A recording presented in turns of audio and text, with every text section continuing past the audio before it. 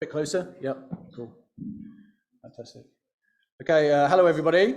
I am John Fletcher from Cambridge Cryptographic, and I'm here to talk about. Oh, this is flashing on and off now. Very distracting.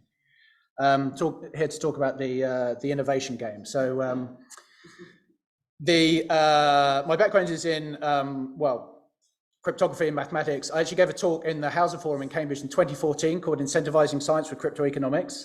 So it's sort of, DSci goes back, kind of further than some people think.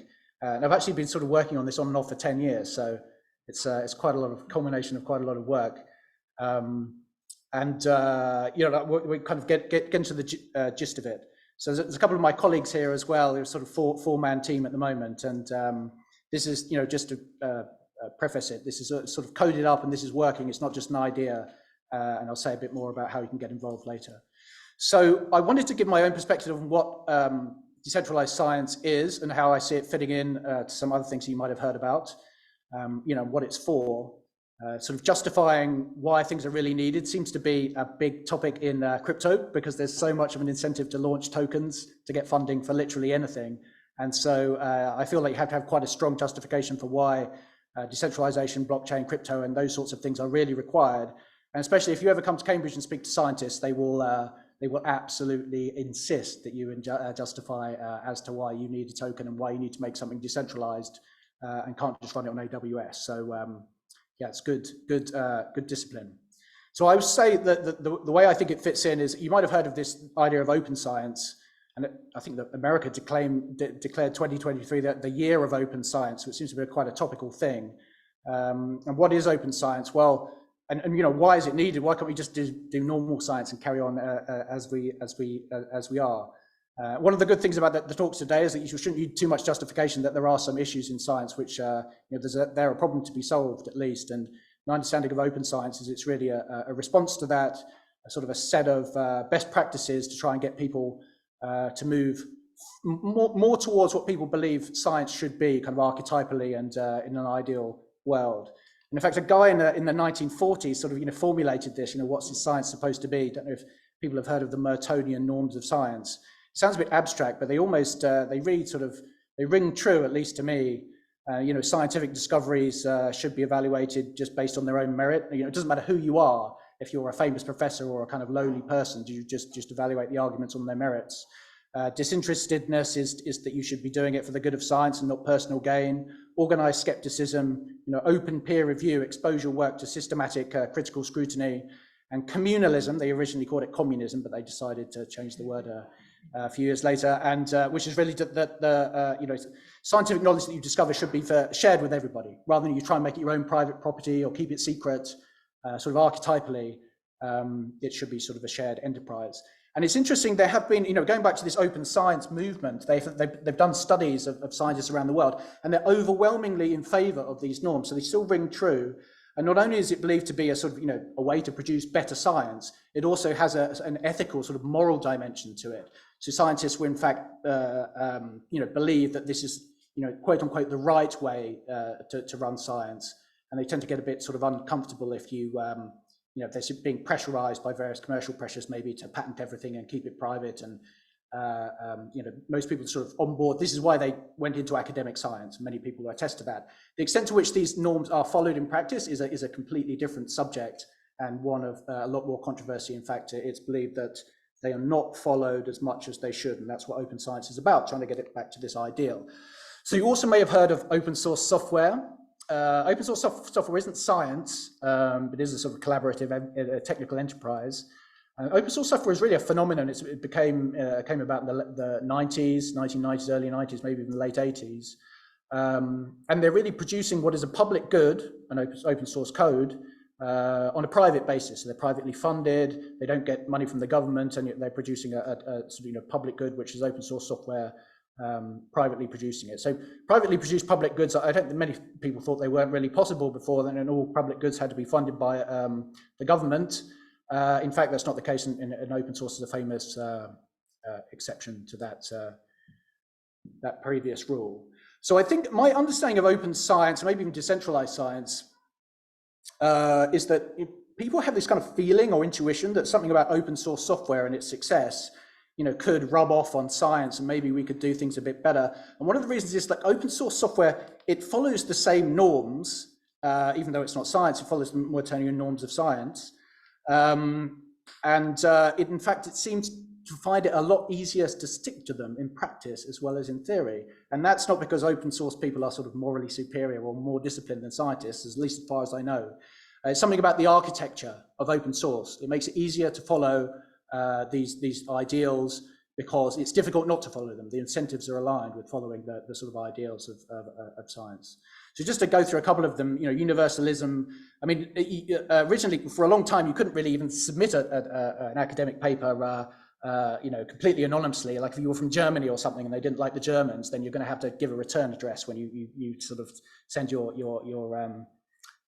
paper into the publishers. And so it famously happened to Einstein. In fact, after the First World War, they wouldn't allow they were very resistant to his theory of general relativity being tested in Britain simply because he was German. Things about open source is like it's typical to just have a pseudonym. You can build up a reputation around a pseudonym, and obviously it wasn't possible before email, which is a very recent thing. Disinterestedness, so it's hard to be sort of in it for the money in open source because there is no money, of course. Well, not of course, but that people don't get paid for their contributions to the open source code base. Organized skepticism, they have a version of peer review, which is very public, sort of send up the pull request and people can look at it. If there was some maintainer saying, this was rubbish, this is rubbish, and everybody could see that it was a sort of excellent implementation of the particular widget that the open source project needed, then it would be exposed pretty quickly. Communalism is a public good, as I say, privately produced public good, and this is enforced by sort of ingenious application of copyright law. And they say everything that's put into the open source code base comes under the open source license, and if you want to use it in your code base, then you have to make your code base open source too. So you have to contribute back into the project if you want to sort of use it in that way. So these are kind of interesting sort of architectural features of open source. You might wonder whether science could benefit from some similar things. So it's not just scientists who use open source software. There's a bit more to it than that. Open source can give more to science in terms of its inspiring a better way of doing things. So I just wanted to quickly review 3 types of scientific research because what I'm about to say sort of applies differently to different types of research. Fundamental research, thinking about how black holes might work or particle accelerators in CERN, for example. Often there's no practical application in mind, simply trying to find out how nature works under the hood. This is usually publicly funded by governments, and as a result, the output is typically, it's a public good. They don't patent it because there's no IP that you can't file a patent if you don't have an application. And the value of it, though, it's not just done for that, despite what the government might tell you, for the love of knowledge for its own sake. You have valuable spin-over sort of technology from fundamental research all the time. Proton beam therapy, positron emission tomography, all these things came out of particle physics, for example. And if you don't know, they're very interesting medical technologies. So even though they don't know what it's going to be used for in the future, you get this sort of spillover into industry, and fundamental physics returns the investment that governments put in it because they tax the industry. Early stage applied, you might think it's something about, has an application, fusion reactions, like how long are we going to have viable fusion, some kind of viable reactor. You don't know, it might be sort of decades away. So, and in that case, the IP is very highly uncertain. And interestingly, so that means that the government has to fund it, and scientists typically are reluctant to file IP. One is because the value of the IP is very uncertain because there's not really much of a market for it, but also because academic scientists run on different incentives. They want to have priority of discovery for some great discovery, and filing out patent applications is actually quite time consuming and it slows them down. So because they run on different incentives, they don't seek IP protection typically, and most of early stage applied research is done in the public sector, and the output is a public good.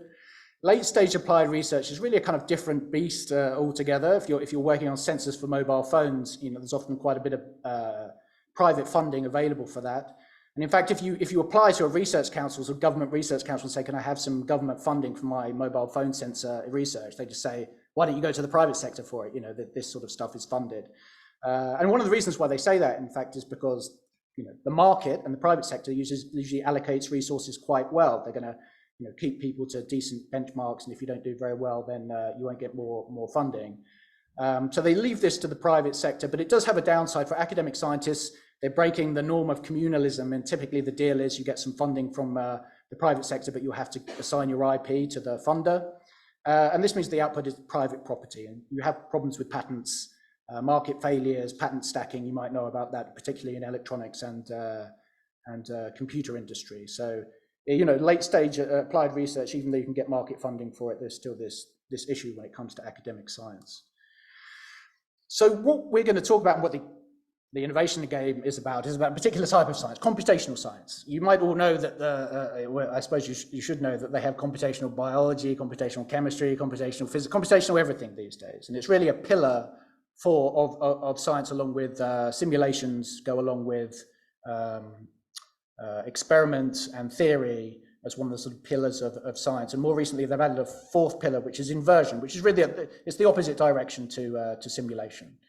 So in an inversion, you want to take what's happened at a later time, and you want to infer what the state was at an earlier time, which gave rise to that final state. So that sounds a bit exotic, but there are very many familiar examples of it. Like any scan, for example, is an inversion. You want to take the output from some radiation bouncing off something, and you want to say what was the original, what did it bounce off? You could infer what happened at an earlier time. So MRI scans, CT scans, all sorts of these things. Computational biology, protein design. You may have heard of protein folding, which Google is big on. Interestingly, scientists typically don't want to do fold proteins. What they really want is the amino acid sequence, which, when allowed to fold, will go into a particular target structure. So that's the inverse problem. They want to know what amino acid sequence to get, and protein folding alone does not tell you that, but protein design does. Computational chemistry, materials, there are all sorts of inverse problems. So science itself is in fact an inverse problem. Typically, what you want to do is infer the underlying mechanisms of nature, given some measurements of some probing radiation or some kind of output. And simulation is just, is relatively, it's sort of adjacent to what they really want to do usually. They can use it to check their hypotheses, but they can't use it to solve the problem. And the amount of data that you have available in science now really becomes infeasible often to do the inversion by any other way but on a computer. But inversion algorithms are very inefficient. So this is an example, like simulations can do amazing things these days. This is all simulated on a computer. What is harder would be to take this sort of dust or whatever it is, of particles lying on the ground in a particular distribution, and say, can you give me a plausible original structure that came from, right? That's a much harder thing for a computer to do. So it can do the forward time direction, but computers find it much harder to do the inverse time direction.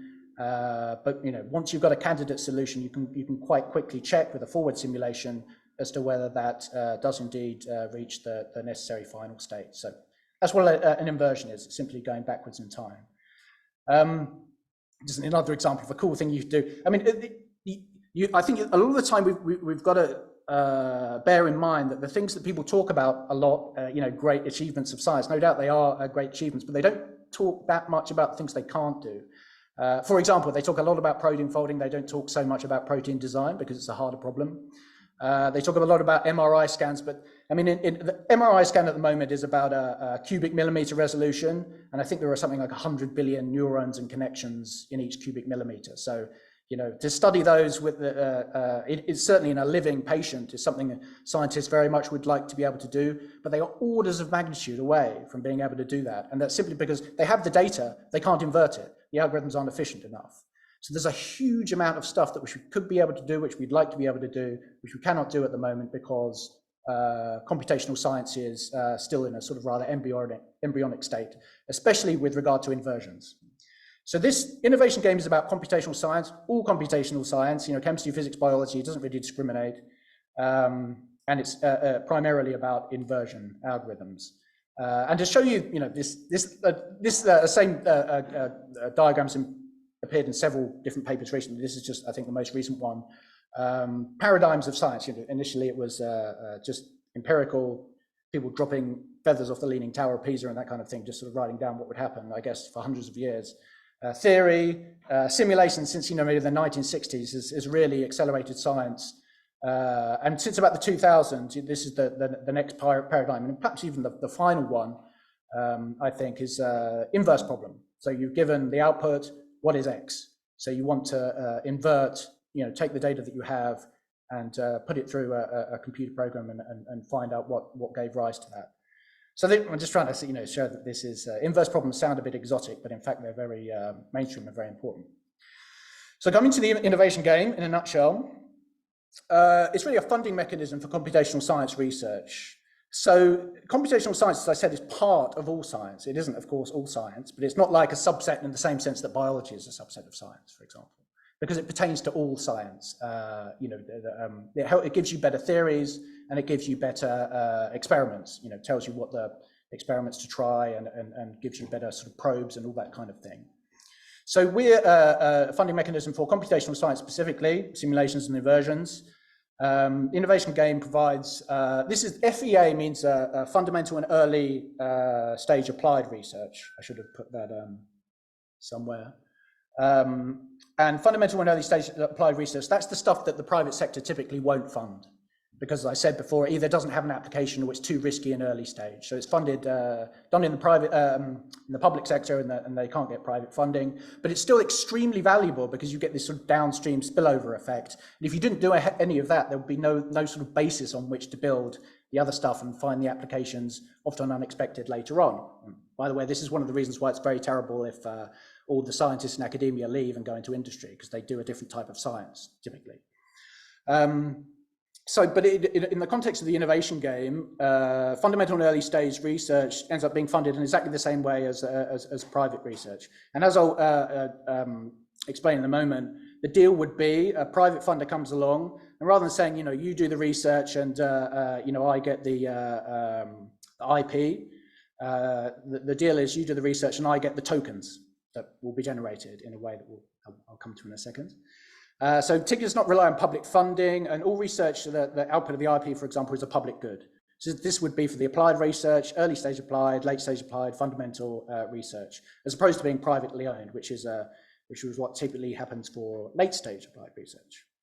And TIG's allocation of funding for the early stage applied research, which is usually already a public good, but there is an issue with that because it's not determined by a market mechanism.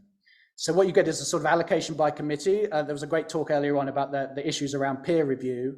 Applying for grants is the same as peer review. You have a sort of a committee of people, and having a committee of people decide resource allocations is known to be a terrible way to allocate resources. In the Soviet Union, for example, they decided which companies should get more resources to expand their operations and which ones shouldn't. That was for ideological reasons, and but in science the reason is because there literally is no other way to do it. So it's a terrible way to allocate resources, but there is no alternative because there's a market failure with respect to this type of research. The market can't price it. So it's justified because there's no other option, but it's still not a very good way of doing things. 2 minutes left. Blimey. Okay. Okay.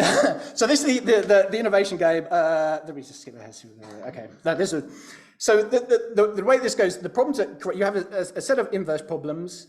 The instances that people are asked to solve, these benchmarkers, which are very much like Bitcoin miners, are random instances of particular types of inverse problems. They have to the innovators or another player. These are the ones represented by the brain. And they can really just upload their algorithm. So it's almost like Bitcoin, but the algorithm for doing the Bitcoin mining is subject to upgrade continuously by people, anyone who think they might be able to mine more efficiently.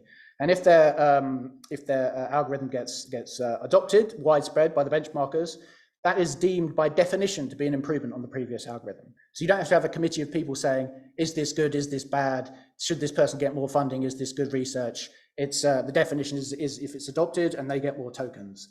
And this has you can license the IP if you're using it for commercial purposes, but the license fee is scaled according to ability to pay, and that means that it remains a public good because you're not sort of excluded on the fact that you can't pay. So if you're a small company, you don't make any profit or revenue, the license doesn't cost anything. If you're a huge company, the license will cost a little bit, and that's the way that it works.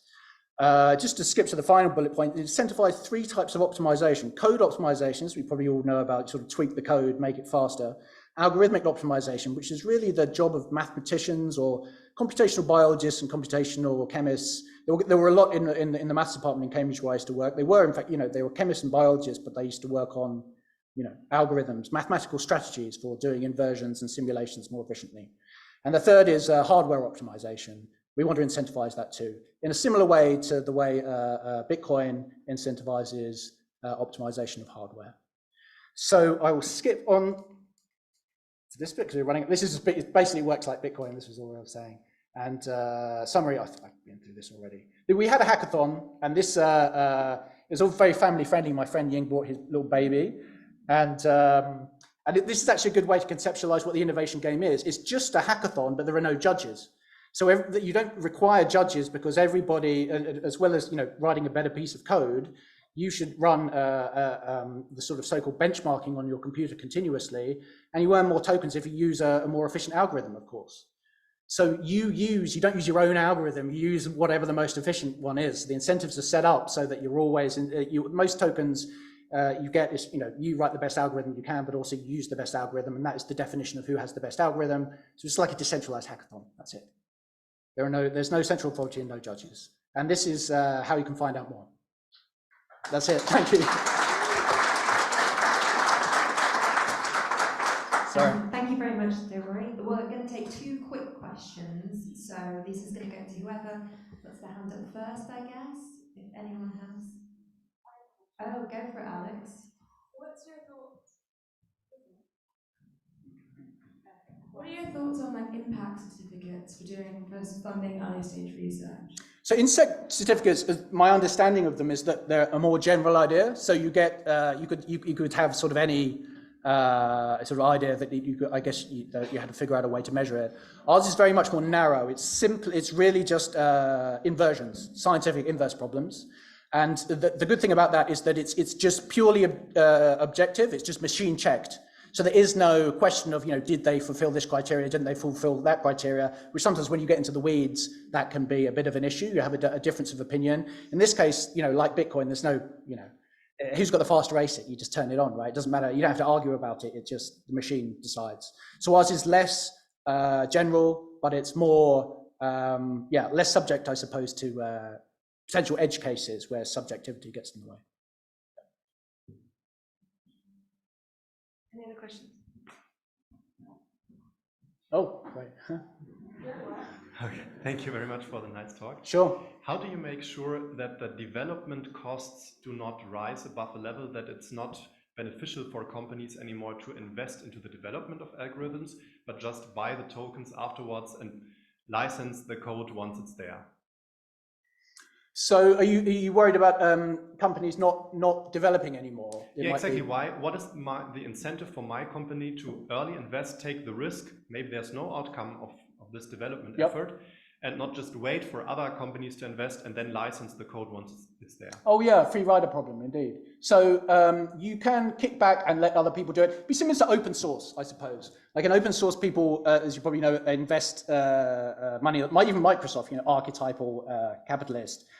They assign quite a lot of developers, in my understanding, to making contributions to open source projects. One of the reasons is because they want to decide what kind of things get done first.